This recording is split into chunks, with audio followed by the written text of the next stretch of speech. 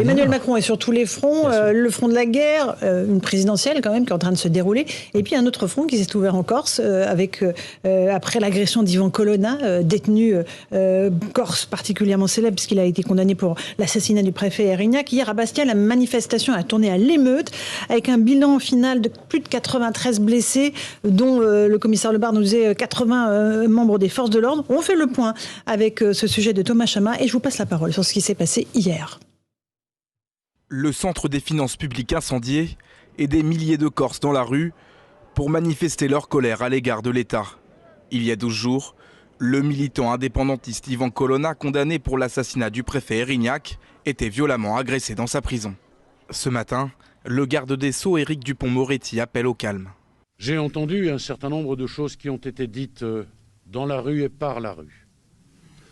Je ne peux pas, vous le savez, m'exprimer plus avant. Ce que je peux dire en revanche, c'est qu'une inspection a été ordonnée, tout le monde le sait, pour savoir si des dysfonctionnements peuvent être relevés au niveau de l'établissement pénitentiaire où se trouvait détenu M. Colonna. Une inspection bien insuffisante pour calmer la colère des Corses, selon Jean-Félix Acquaviva, réuni avec les autres députés de l'île à l'Assemblée.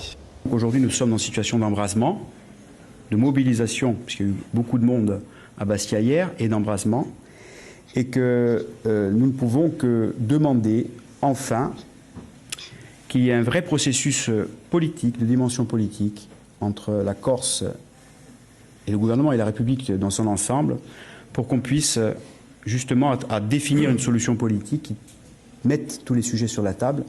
Mercredi et jeudi, le ministre de l'Intérieur ira encore s'entretenir avec les élus locaux pour que l'île puisse enfin retrouver son calme.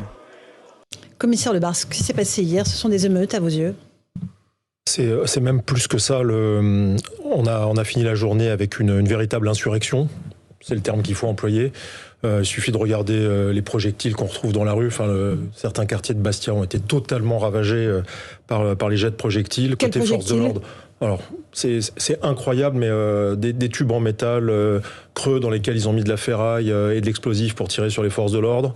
Des boules de pétanque, pareil, aménagées avec de l'explosif pour les lancer avec force sur les forces de l'ordre. Des bouteilles d'acide. Tout ce qui peut tuer, blesser gravement. Et d'ailleurs, on a des collègues gravement blessés. J'ai discuté ce matin avec un commissaire de police qui était à la tête de l'escadron, qui a été très très fortement agressé. Alors il y a plusieurs agressions dans cette histoire-là, mais ce commissaire a pris l'impact d'une explosion d'une bouteille de gaz autour de laquelle ils ont scotché de la ferraille. Il s'est retrouvé avec des morceaux de ferraille dans le corps, dans le dos, dans les cuisses. Je vous passe le nombre de blessés. Je crois qu'il y a eu 40 gendarmes mobiles, donc les escadrons qui viennent en renfort. 40 gendarmes mobiles d'un coup, c'est-à-dire la moitié de l'escadron décimé par le jet de 2 bombes agricoles. Bombe agricole, c'est même un terme qu'il ne faut pas employer. 2 bombes tout court, c'est-à-dire que si la bombe tombe plus près, vous avez des morts. Le plus grave, c'est quand ils ont extrait de la compagnie un gendarme mobile et qu'ils ont essayé de le tuer.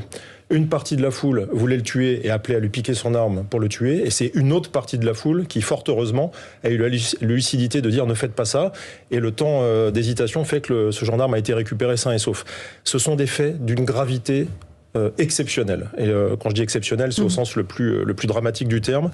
Qui sont ces individus? Alors, il y a un changement de physionomie, il faut dire les choses. C'est-à-dire que les jours passés, on avait une jeunesse dans la rue, une jeunesse d'ailleurs qui n'a pas connu Ivan Colonna, une jeunesse sans doute un peu manipulée, mais très agitée et qui s'en est pris, alors vous le savez, à Ajaccio, à Corté, à Bastia aussi, aux bâtiments publics, aux forces de l'ordre.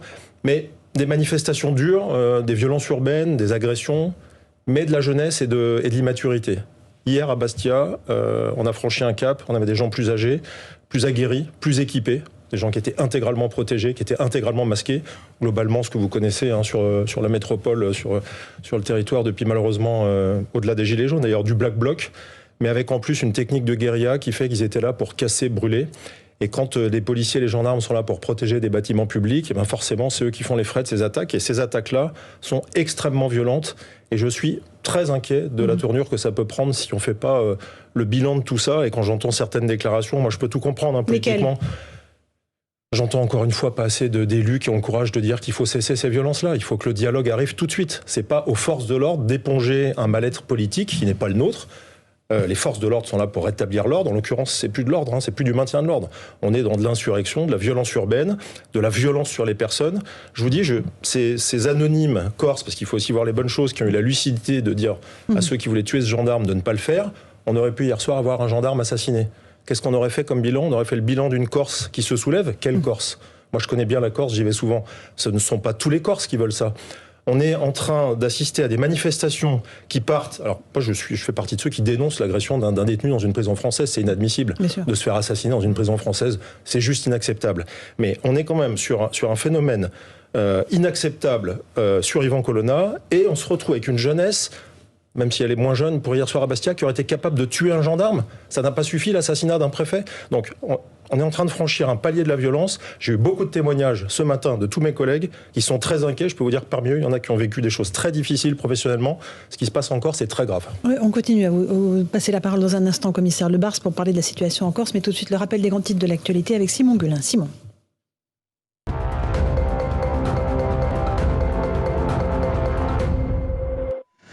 Bonsoir à tous. Et à moins d'un mois maintenant de l'élection présidentielle, Emmanuel Macron présentera son projet pour un second mandat jeudi lors d'une conférence de presse. Une information qui nous parvient de son équipe de campagne. Le programme du président candidat devrait être détaillé dans un cahier d'une 20aine de pages et dévoilé d'ici la fin de la semaine. Ce lundi est bien sûr marqué par la fin du port du masque en intérieur. Le masque n'est donc plus obligatoire à partir d'aujourd'hui dans de nombreux lieux clos, les commerces, les entreprises ou encore à l'école. Mais attention, le masque ne disparaît pas totalement puisqu'il est toujours obligatoire pour prendre les transports ou encore dans les établissements de santé.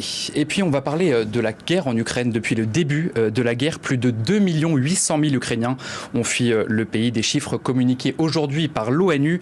La Pologne accueille à elle seule plus de la moitié de tous ces réfugiés qui quittent le pays. Quant à elle, la France peut accueillir jusqu'à 100 000 réfugiés. C'est une annonce faite aujourd'hui par le ministre de l'Intérieur, Gérald Darmanin.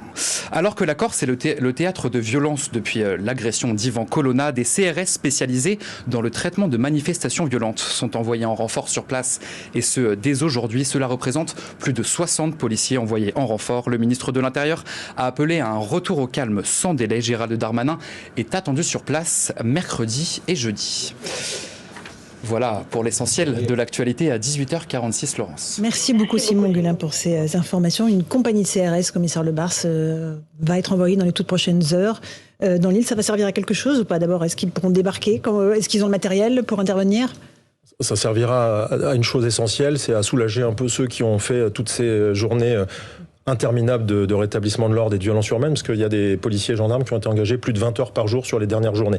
Donc l'épuisement physique est un risque pour ces collègues, en plus de l'épuisement moral et puis les risques qu'ils prennent. Il en faudra même peut-être plus. Le souci aujourd'hui, c'est qu'on est dans une phase montante. Alors, il ne s'agit pas de faire la surenchère sécuritaire, mais plus de renforts. C'est pas pour être plus répressif, c'est pour pouvoir faire souffler les effectifs et puis être présent sur l'île. Donc, vous faites monter une compagnie du sud de la Corse vers le nord. Vous connaissez les distances sur cette île, elles sont assez conséquentes. Et de Ajaccio à Bastia, c'est encore plus long. Donc il faut du renfort. Et puis après, il faut évidemment le dialogue politique. Mais moi, ce qui m'inquiète beaucoup, c'est qu'hier soir, on est passé tout près d'un drame terrible. En l'occurrence un drame sur les forces de l'ordre, et on a en face de nous des gens qui sont des gens aguerris, et j'espère entendre des paroles politiques responsables pour condamner ça, parce que ça va tellement loin qu'on ne peut pas espérer une classe politique qui reste muette ou qui joue l'ambiguïté, et malheureusement, je vois que c'est encore assez prudent. Julien Drey, sur ce qui se passe en Corse. Non mais la condamnation, elle doit être totale. C'est évident que ce qui s'est passé hier soir, et qui est effectivement une agression, un degré supplémentaire dans l'agression, avec effectivement l'entrée en jeu de ceux qui s'étaient mis en retrait de par le processus politique qui était en cours, est extrêmement dangereuse et doit être dénoncée à juste titre. Mais le problème, c'est qu'on paye aussi des années où on n'a pas entendu, ou plus exactement on a fait semblant de discuter avec les Corses et qu'on n'a pas pris les décisions qu'il fallait. Vous avez un personnel politique corse qui aujourd'hui vous dit, on a eu des visites de président, on a eu des visites de premier ministre, on a déposé des dossiers et rien n'a été entendu. Donc la colère, elle s'est mise en place par ça aussi. Et pourtant, on a des élus qui sont responsables. Je veux dire, le président Simeoni, c'est pas n'importe qui. Il sait ce qu'il fait. Et ceux qui étaient les plus durs avaient accepté de jouer le jeu démocratique. Et on est en train de payer, alors que, je prends un exemple exemple, comme l'Italie, la Sardaigne et la Sicile, on a réussi à leur donner une autonomie et donc à partir de là, permettre qu'ils puissent se développer. Ce n'est pas le cas en France. C'est-à-dire, on leur dit, vous allez avoir l'autonomie, mais dès qu'on tourne le dos, on revient sur tout. Voilà. Et donc, ça ne justifie pas les actes de violence, ça ne les couvre pas. Mais si on ne fait pas le travail politique, après, évidemment, c'est l'explosion. Maître Golnadel. Ouais, ça ne justifie pas. Moi, rien n'est faux, mais ça sent la justification quand même. Je veux dire, d'abord l'explication. La justification, c'est pas pareil. Il y a une partie. Allez-y, maître. Il y a une partie de la population corse qui veut pas de l'autonomie. C'est compliqué la Corse aussi. Qui veut pas l'indépendance. C'est pas pareil. Pas l'indépendance et qui ne veut pas aller plus loin. C'est compliqué la Corse. Hein, ça aussi. Enfin, la voter. Et ce que je veux dire, en remontant, d'abord, il y a un scandale au niveau de l'administration pénitentiaire. Ce qui s'est passé est totalement injustifiable. Je rappellerai quand même que c'est un... Donc un détenu djihadiste. Oui, je rappellerai quand même en passant que c'est quand même un djihadiste parce qu'il aurait insulté le prophète qui a quasiment assassiné Monsieur Colonna. Je l'entends pas beaucoup. J'entends beaucoup une sorte de racisme anti-français. Français assassin. On crie français assassin. L'État. Non. Hier, c'était français assassin. C'était français assassin, hein, quand même. Bon. Et puis, de toute manière, rien, c'est totalement injustifiable. Une fois de plus, on s'en prend aux flics. Et c'est pas s'en prendre. Là, ça prend. David Lebar a tout dit. Là, c'est des tentatives d'assassinat. Et ça, c'est totalement injustifiable. Et c'est une sorte de prétexte. Monsieur Colonna, c'est un prétexte pour tuer du flic. Donc, je comprends parfaitement, c'est pas faux, hein, ce qui a été dit par Julien Drey, mais il n'y a aucun rapport possible entre les éventuels errements de la politique parisienne et ce qui se passe sur le terrain, qui ne peut pas être toléré parce que c'est intolérable. Vincent Herouet. C'est un détenu particulièrement surveillé. Alors moi, je vais faire une réflexion de béotien. Ce qui me paraît invraisemblable, c'est qu'un détenu particulièrement surveillé le soit aussi peu, qu'il soit aussi peu protégé contre un furieux, et surtout qu'on parle d'une enquête administrative, etc., et que la responsabilité politique ne soit assumée par personne. Normalement, je ne sais pas si c'est pas le préfet qui devrait sauter en l'occurrence. Là, c'est le garde des Sceaux qui saute. Normalement, c'est lui qui est responsable, non? Allez, au sommet de l'échelle, l'administration pénitentiaire dépend bien du ministère de la Justice. Comment se fait-il que personne, qu'on ne livre pas, moi je sais pas, c'est une enquête ouverte. C'est pas la tradition française. En Angleterre, il aurait démissionné. En France, on démissionne pas. Ah ben voilà, responsable, pas coupable. Non mais il faut savoir que les élus corses de toute tendance, depuis plusieurs semaines, avaient dit il nous faut un geste, et c'est très important que vous preniez en considération le fait que les familles sont obligées de traverser la Méditerranée, qu'il n'y a pas de vol direct, qu'il y a des humiliations quand ils arrivent. Et ils avaient dit il faut faire un geste et déplacer ces détenus en Corse au bout de 20 ans. On leur demandait pas de les libérer, et que ça n'a pas été fait parce qu'il y avait une forme de vengeance de l'administration qui disait on veut pas le faire, on veut pas leur donner le sentiment. Et voilà, donc on a créé les conditions. Donc c'est pas justifié, c'est d'essayer de comprendre. Et il va falloir maintenant, y compris c'est la réponse aux forces de police. On peut pas laisser les forces de police toutes seules s'il n'y a pas un processus politique intelligent qui est mis en place. Commissaire Lebar, si Yvan Colonna venait à décéder, il est dans un état extrêmement grave, on ne sait pas exactement où il en est, ça pourrait provoquer un nouvel accès de violence. C'est l'inquiétude partagée par tout le monde. Voilà. Je ne sais pas dans quel état médical il est. On a tous lu la presse pour savoir qu'il est dans un état grave, mais le décès d'Yvan Colonna, vu l'ambiance actuelle en Corse, est sans doute une étincelle de plus sur un incendie qui a largement déjà commencé. Donc c'est une véritable inquiétude. Je voudrais, si vous me permettez, dire un autre mot. La Corse, c'est très particulier. Les policiers et les gendarmes qui sont là-bas sont là pour protéger les bâtiments publics et protéger la population de ceux qui veulent faire tout dégénérer. Moi, je passe un message à mes amis pompiers. Les pompiers, c'est des gens qui sont là pour soigner, secourir. Même en Corse, c'est compliqué. Hier, on a eu des blessés graves, certains qui étaient incapables de se déplacer. On a eu aussi des soucis avec les services de pompiers. Les amitiés doivent passer après les missions de secours. Un pompier, c'est là pour secourir et sauver. Il est inacceptable que j'ai des collègues à moi qui étaient transportés dans des coffres de véhicules de police parce que les pompiers ne se déplaçaient pas. On en est là. Et je le dis exprès sur votre plateau, je vous remercie de me laisser le dire, parce que ça montre l'extrême tension et l'extrême rancœur de certains en Corse qui s'en prennent aux forces de l'ordre comme exutoire parce qu'ils en veulent à l'État. Ça, c'est le débat politique qui discute et qui fasse ce qu'il y a à faire avec les politiques, mais on ne laisse pas des pompiers ou des gendarmes au tapis parce qu'on a des affinités avec des manifestants alors qu'on est pompier. Ça, c'est inacceptable et ça a été la réalité d'hier. Vous nous dites que des pompiers hier ne sont pas intervenus. Je l'affirme. Pour sauver des policiers et des gendarmes. C'est très grave ce que vous dites. En tout cas, pas en nombre suffisant. Quand vous faites un appel sur les ondes avec un appel d'urgence, d'urgence, que vous avez des gens au sol, et que vous faites appel à plusieurs véhicules de secours, et qu'il y en a un seul qui arrive au bout d'une demi-heure, 1 heure, et que vous êtes obligé d'emmener les gens dans les coffres, c'est un refus d'assistance. Voilà, il faut le prendre comme tel. Je ne peux pas croire que les pompiers soient comme ça. Je connais trop les pompiers, les interventions d'urgence. Mais la Corse aujourd'hui est dans une situation d'embrasement. Et moi, j'en appelle aux pompiers. Secourir un policier ou un gendarme, ça n'est pas faire pactiser avec l'État français, si c'est ça leur problème. C'est assurer sa mission de secours. Le reste, la politique, ça doit passer après. Dans quel état d'esprit sont... Bien sûr. Dans quel état d'esprit sont vos collègues sur place, que ce soit policiers ou gendarmes? Je vais vous dire, je crois que j'ai jamais vu ça. Épuisés, inquiets, certains plus capables de travailler. C'est pas du tout insultant de dire qu'il y a des unités qui vont rentrer sur la métropole parce qu'ils sont décimés à la fois en nombre d'effectifs, qui sont plus en capacité de travailler, mais décimés moralement.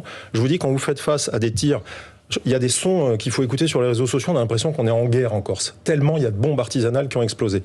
Les forces de l'ordre, pour info, en une soirée hier, ont tiré 3000 grenades. 3000 grenades à Bastia, pour saturer l'air et pour faire en sorte que la foule hostile recule. Sauf que la foule hostile est équipée, elle a des masques, et que ces grenades ont leurs limites. On est encore sur le sujet, vous voyez, du maintien de l'ordre et des moyens de défense intermédiaires. On est dans une situation extrêmement compliquée.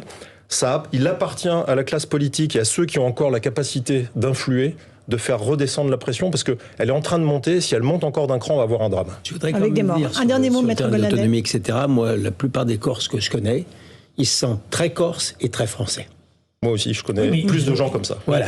Ils sont très corses, très français, mais ils ont voté pour l'autonomie, et c'est ça qui fait que l'Assemblée corse est pour cette autonomie. Mais ils n'ont pas voté à 100%. Non, pas à 100%, mais majoritairement. Et jusqu'à maintenant, Maître Golnadel, vous respectez la loi de la majorité. Mais bien sûr, mais moi, je suis l'autonomie, c'est l'autonomie. Le ministre de l'Intérieur se rend sur place mercredi et jeudi. Il a raison, il faut aller auprès des policiers et à la fois discuter avec les élus. Je crois que sa mission fixée par le gouvernement, c'est de discuter avec les élus. Bien sûr qu'il faut le faire. Je vous disais la même chose sur la crise des Gilets jaunes. Si on attend de la police ou de la gendarmerie de résoudre une crise, c'est pas son rôle. Son rôle, c'est de faire face à tout ce qui est désordre. Donc là, maintenant, c'est une crise politique majeure, très grave. Évidemment, il y a besoin aussi de soutien pour les forces de l'ordre. Il en a toujours montré. Mais là, je crois que la démarche numéro 1, c'est celle d'apaiser, de discuter, de proposer des solutions. Parce que il faut qu'on sorte de là. Le président des assemblées corses. C'est la fin de l'émission. Merci, commissaire Lebar. C'est revenu vraiment nous alarmer sur ce qui se passe en Corse. Merci Vincent Hervouette, Julien Drey et Maître Golnadel. On se retrouve dans un instant sur Europe 1 pour la suite de nos débats. Et sur CNews, c'est Christine Kelly et ses invités pour Face à l'info. Bonne soirée sur nos 2 antennes.